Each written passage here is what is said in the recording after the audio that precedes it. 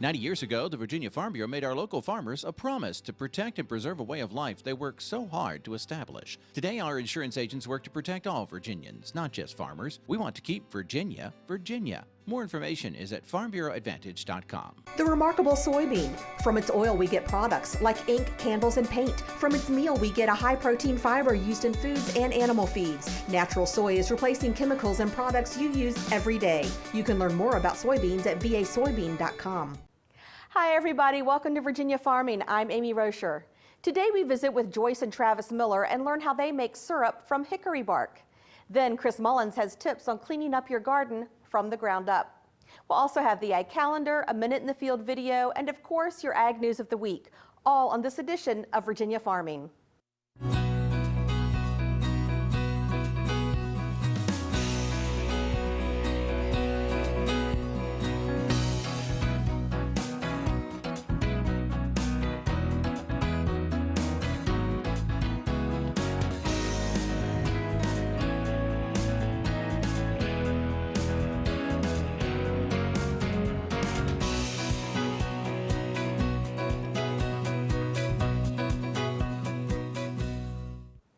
Two Virginia farmers markets are near the top of the People's Choice Leaders list in the American Farmland Trust annual Farmers Market celebration.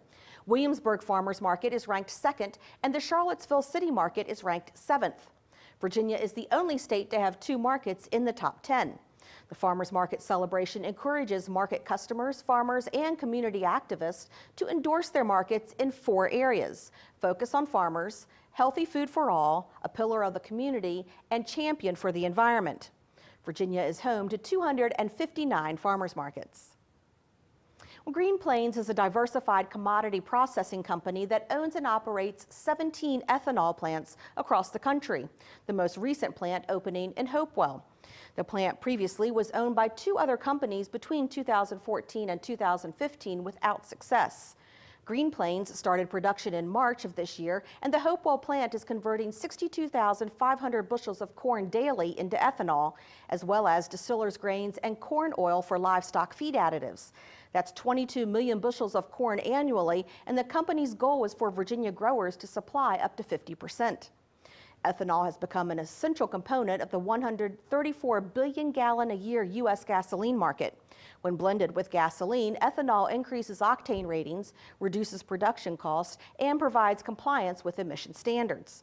The majority of the U.S. ethanol is made from corn, but can also be produced from other feedstocks such as barley, sorghum, wheat, and other small grains. Supplying the world with high-quality beef requires a number of experts along the production chain. In this segment, Jenna McRell reports about the benefits of pairing a well-planned animal health protocol with nutritional and marketing expertise. Just as raising a child takes a village, the same can be said about raising healthy, profitable calves that bring the highest returns. And it all starts at the beginning. The newest research says fetal programming, developmental programming, epigenetics, whatever we want to call that, the nutrition of the dam when that calf's in utero starts the clock. That's where the Dream Team comes into play, to ensure when a calf is born it can get up and get a full belly of colostrum as quickly as possible. So when I talk to producers, I tell them, get with a nutritionist, get with your veterinarian, have a nutrition plan, have a health plan. Today, it's easier to access specialists in each field, so farmers and ranchers can have a great depth of information to draw from. I think every producer needs to have that dream team, and I'm a veterinarian, so I want to be on the team, but I also need a nutritionist, and I need somebody that understands nutrition so that he can help my producer produce calves for the best average daily gain and cost of gain, more importantly, on those calves. I've even had lined people up with marketing folks to help sell those calves at a better price. And I don't know those things. I don't know about marketing. Hilton says the most successful cow-calf operators rely on their team to help them make well-rounded decisions. I'm Jenna McRell. Thanks, Jenna. A new program in Virginia state parks will provide veterans an opportunity to serve the public and Virginia's environment. The Virginia Service and Conservation Corps Veterans Crew will engage 6 veterans in AmeriCorps service in parks throughout the state. Veterans will assist on special projects in state parks, and crew members will also have an opportunity to serve on disaster relief teams as needed. Pocahontas State Park in Chesterfield and Hungry Mother State Park in Marion will each house a 3-person crew. These full-time AmeriCorps positions will provide veterans with training, a living allowance, health care, and upon completion of their service commitment, an education award. Applications are being accepted through September 16th. More information is available at the web address on your screen. Well, syrup made from the bark of hickory trees. It sounds a little odd, but it's turned into a sweet business for Falling Bark Farm. We'll find out how it's made straight ahead on Ag Insights.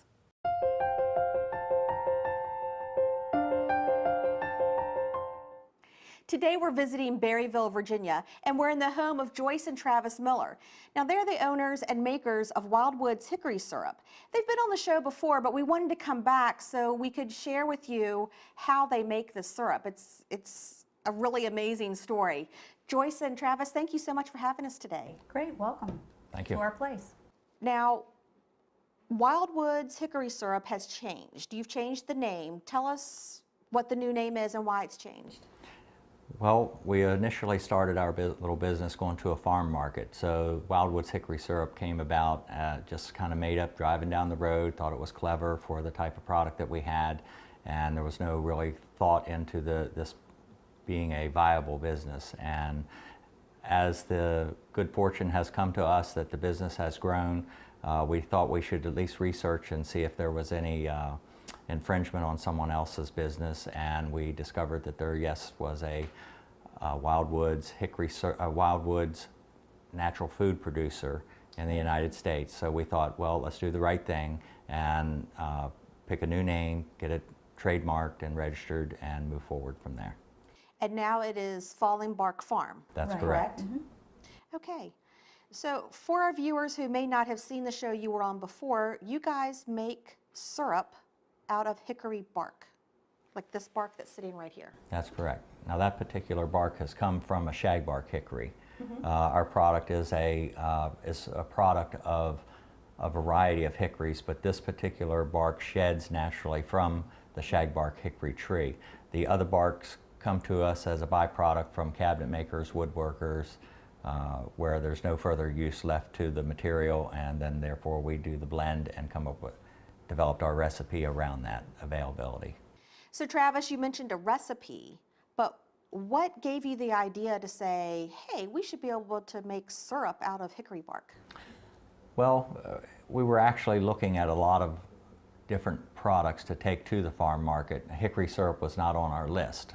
So in researching those other ideas through the internet, looking for variations, things that tied in with all seasons, all different food groups, as you know, anything that you might search on the internet, sometimes you get a little distracted or off your focus and you end up with reading about something you had no intention on. And that's basically what had happened here. We started reading about hickory and ended up into hickory smoke, and then we ended up into the hickory syrup idea. We also found out there weren't too many people in the country making it, so we knew we had the resources and decided, and Travis said, you know what, we can make this. We can really do it. And I said, okay, I'm on board. Here we go. Yep. So we made the product, shared it with our family and friends, and got their feedback. And really, the whole product has been evolving probably for the first 12 months into what we found that we really preferred. And with the introduction to the farm market, exposed our product to a lot of folks, and we were well received, and we just took it from there. And you guys have grown. About how many bottles do you, I don't know how you do your counts, is it weekly or monthly, but how much syrup do you sell? We have a bookkeeping system now, so it's just a matter of click and Okay. everything comes up. So when we saw you last, we were selling about 11,000 units a year. This year, by the end of the year, we're on track to sell 30,000 bottles. It's amazing. I want to talk a little bit about the bark. You prefer the shag hickory bark. Tell us why and where you get it from. Well, the shag bark, initially that's what our product was made from. because the availability was a matter of just going out in the woods and foraging for it. So you would just look on the ground around the shagbark hickories and you would pack that up and haul it out. So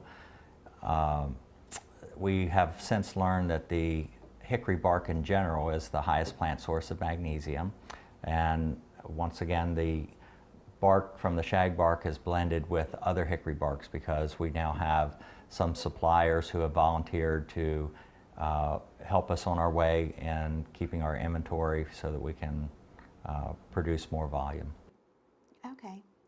And Joyce, you had mentioned to me off camera about some of your suppliers and how this has all come about. Share that story with our viewers. We've been to street shows, and one time a young guy's mother came up to us and said, listen to the whole story, and she goes, you know, my son works for a company and they supply barbecue places with hickory wood. They have to pay somebody to haul the bark away. Would you guys be interested? We said, yeah, we'd be interested. Tell us where to be and when to be there. So we ended up showing up and asked them how much the bark would cost, and they said you'd be doing us a favor by hauling it away. Wow. And since then, 2 or 3 other businesses, either lumber exporters or woodworkers. Well, this does not look very appealing to eat. So I want you to walk us through the process. That's why we're here today. We want to see exactly how you guys do this. How do you take this and turn it into this delicious syrup? Well, once the bark has come to us from the foragers or suppliers, we're going to take that and we just do a manual scrubbing of the bark, just like you might imagine with a scrub brush and water. Once that process has been completed, we'll take and do an open flame roasting. We initially started out using ovens, and now the open flame process seems to be a little more efficient and gives us what we thought was a better tasting product. So once that has been done, we'll go ahead and do our extraction. We have either an aging or resting process that goes on after the extraction's been done. We'll take that particular product and filter it out. We do multiple filterings on that. Then it's brought in and heated to 211 degrees with an appropriate amount of sugar that's been regulated with a hydrometer. After that, it's filtered for the last time, and then it's bottled in excess of 185 degrees. That's our base product. If it was something that involved brandy adding, we would do that during the cooking process. The alcohol is gone, and that just becomes an infusion of flavor at that point. If it's the one that you see here in front, that has been actually produced. It's been stored in used rye whiskey barrels from a local distillery, Catoctin Creek Distillery in Purcellville, Virginia. After 100 days, that's taken back out of the barrels, reprocessed again, and then bottled. And that's what you see here on the table for us. Now, how many different flavors or varieties of this syrup do you offer? Because you just talked, we have whiskey that's been infused from the whiskey barrel, Yes. and brandy. Yes. And what are the others? Well, we'll take the original product that I first spoke about, and we'll bottle it with a whole vanilla bean that we put down inside each bottle. And those vanilla beans that we use are certified organic. The longer the bean stays in the bottle, the more of that infusion that takes place. So that would be a vanilla infused hickory syrup. I mentioned we do one with brandy. We also do a combination of those two. We'll take the brandy syrup and we'll bottle it with that vanilla bean, so you have brandy and vanilla. So that's a total of 4 that we offer currently. So every flavor of your syrup begins with the original hickory syrup. That's correct. And then you make changes to that according to the flavor. That's correct. That's our baseline product there. Now, last time we talked, you guys were doing this by yourselves because you were supposed to have retired, and then you came up with this idea and all of a sudden it took off. Well, since then, you've tripled your production. Is it just still the 2 of you doing all this? Right now, pretty much it's the 2 of us. Every now and then we get some volunteers to help at a show, so we can go to two shows on one day, and every now and then we have some people come in to stir the pot a little bit and help us make some syrup. But right now we're at a crossroads, I think, aren't we? Sure. And we have to decide whether we're going to go bigger and hire people, or if we're going to stay the same. We have to make a few decisions. Well, we're sitting in your kitchen, which is also your production plant. Right. You're making all your syrup right here. You're bottling all your syrup right here. So do you need to move out of this to get into a bigger area to accommodate the demand you've had? Well, that's what we're exploring right now. Joyce and I have struggled about what is the right thing to do, because we recognize that this point in our life that more may not always be better, you know, as we develop the business. So right now what we're doing is just taking it day by day. We're taking steps currently to expand the facility, and that would in turn allow us to bring in additional help on a regular basis, and then allow us to be able to make decisions about should we work to expand the business, or does that just actually give us more free time, or to take care of the other details that sometimes get missed.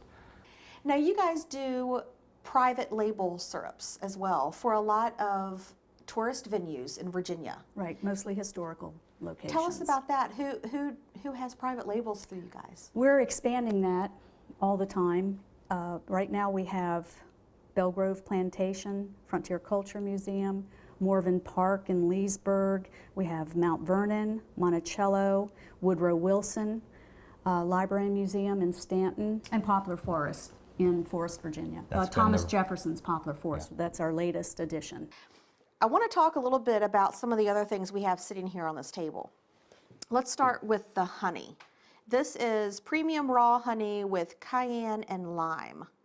So what's the story behind the honey? Because this doesn't come from the bark, does it? No, it doesn't. The honey, we do have bees ourselves, okay. And we first got involved on the bees, one to do our part to help stabilize the population here in the country, where we understand that 50% of all the honeybees in America no longer are here.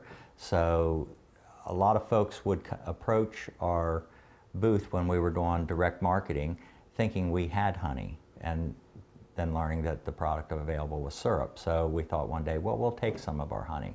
So we did that. Now that has been expanding quite rapidly as well. All the honey is a raw honey.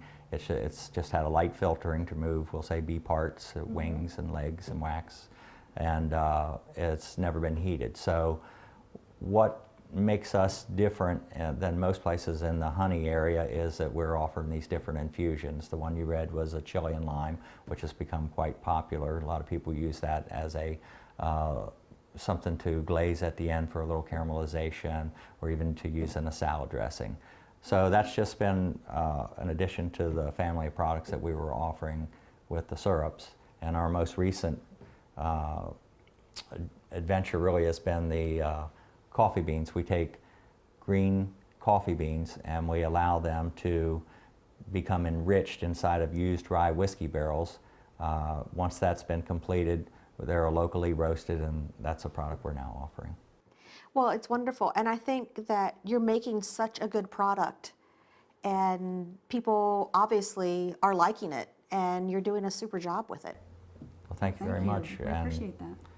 Right now we're partnering with maybe 160 different businesses, whether it be restaurants or retail centers, anything from big box stores. Yeah. Could be Whole Foods, or like Joyce says, health food stores, mom and pops, or Christmas tree farms, you know, have been taking notice and in the marketplace to offer something besides Christmas trees, and we tie in nicely with that season. And also the folks who are helping us with our coffee beans, the roasters, Black Dog Coffee in West Virginia, they roast our coffee beans for us. Yeah, because some of the uses are in hot drinks, whether it's coffee or tea, for the syrups, you know, and of course that ties in nicely with the honeys as well. Okay, all right. Now, if someone wants more information on your products or where they can buy them, where should they go? Well, on our website we can either do fallingbarkfarm.com or wildwoodshickorysyrup.com. We still trade as that until this whole transition takes place. So you can go there, and under where to find us, we have many of our supporters listed there. Okay. Speaking of supporters, we really would like to thank everybody out there who supported us this. Yeah, we continue to grow exponentially. Yeah, and every single person who's ever bought a bottle of syrup or some honey, coffee beans, vanilla extract, and just They're our biggest cheerleaders. Travis and Joyce, thank you so much for having us out today. It's really been a pleasure. Thank you. We appreciate it. Yes, ma'am. You're welcome anytime. We'll be right back.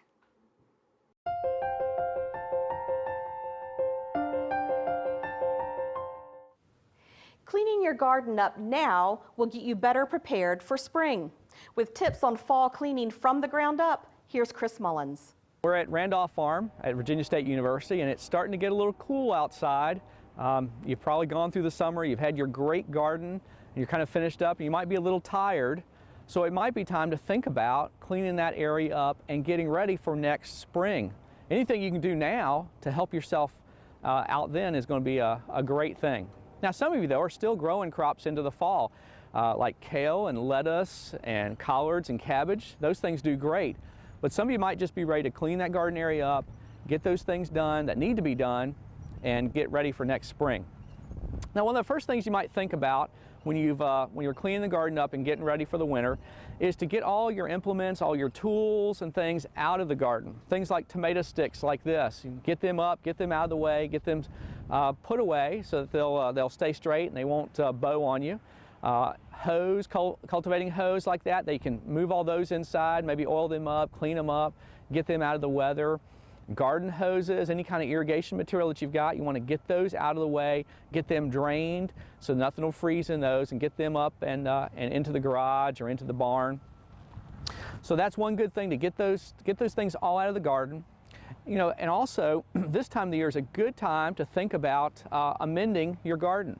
And you can start by doing a soil test and see exactly what you might need into your garden, whether you need some sort of amendment like lime, or maybe if you need some compost. Compost can be a great thing to put on in the fall.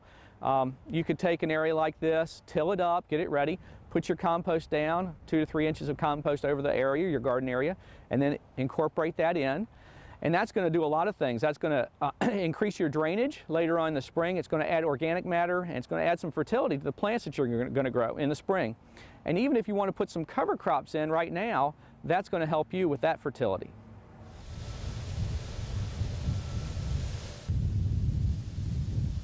Well, this is another patch here, and you can see that we've got some peppers growing, we've got some eggplant growing. And I would encourage you, if you've got those things still growing in your garden, you keep those going as long as possible. Get that last pepper off there, get that last eggplant off there. And after you've done that and you clean up your garden like we talked about before, it might be time to try something different. I've always wanted to put a cover crop down, and this might be the season to do it. We got a nice cover crop growing here. And a cover crop is basically plants that are going to grow on the ground. We don't want to keep the ground bare through the winter time because you'll get a lot of soil erosion. So you want to put something on it, and this cover crop can also, in the springtime, be tilled in, maybe about 3 to 4 weeks before you plant. This can all be tilled in, and what it'll do is decompose, and it'll add organic matter to the soil, and it might even add some nutrients. So it can be a real nice addition to your garden before you plant in the spring. Some ones that you might try are like hairy vetch and rye, Austrian winter pea, some of those, and there's others that would do very well for you and can help be a good amendment to your garden for the springtime. Well, for more information about cover crops or cleaning your garden up for the winter, contact your local county extension office and talk to your master gardener. For From the Ground Up, I'm Chris Mullins, and we'll see you next time. Taking a look at the ag calendar, the State Fair of Virginia is taking place September 23rd through October 2nd at the Meadow Event Park in Doswell. There will be plenty of competitions, animals, and agriculture on display, plus many hands-on activities for kids. You can find out more information at statefairva.org. That does it for our show. Thanks so much for watching, and have a great week. I'm Amy Rocher for Virginia Farming.